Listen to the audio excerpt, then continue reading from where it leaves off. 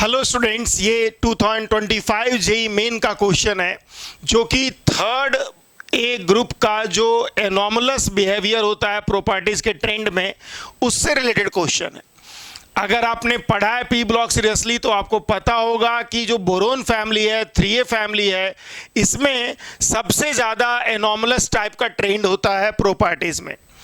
तो अगर आप इन सभी प्रॉपर्टीज को ट्रेंड को समझोगे, देखोगे, आपको थोड़ा याद ही करना है, तो आप देखोगे कौन कौन सा सही है। तो एटॉमिक रेडियस में बोला जा रहा है कि बोरोन से ज़्यादा एल्युमिनियम से ज़्यादा गैलियम ज़्यादा इंडियम ज़्यादा थैलियम। गलत है, यहाँ पर ये मिस्टेक कर दिया है।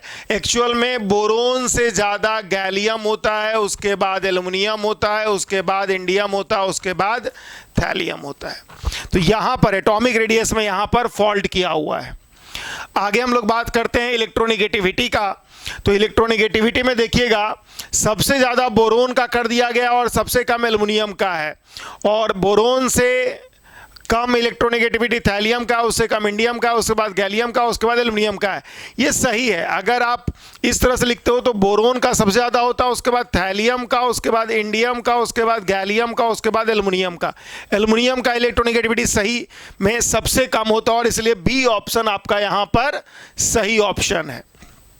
अगर मैं डेंसिटी की बात करूं तो डेंसिटी में कोई एनॉमलस प्रॉपर्टीज नहीं होता है। डेंसिटी में आपका जो होता है वो ट्रेंड को ही फॉलो किया जाता है। तो अगर आप देखोगे डेंसिटी की बात करते हैं तो बोरोन का यहाँ पर डेंसिटी दिया हुआ है, फिर सबसे ज़्यादा, उसके बाद एल्युमिनियम, गैलियम, इंडियम और थैलियम। सो डेंसिटी का ऑर्डर आपका अकॉर्डिंग टू द ट्रेंड जो होना चाहिए सबसे ज़्यादा, लेकिन थैलियम का होना चाहिए नीचे ज़्यादा होना चाहिए। ये गलत लिखा हुआ है। बोरोन से ज़्यादा, एल्युमिनियम से ज़्यादा, गैलियम से ज़्यादा, इंडियम से ज़्यादा थैलियम।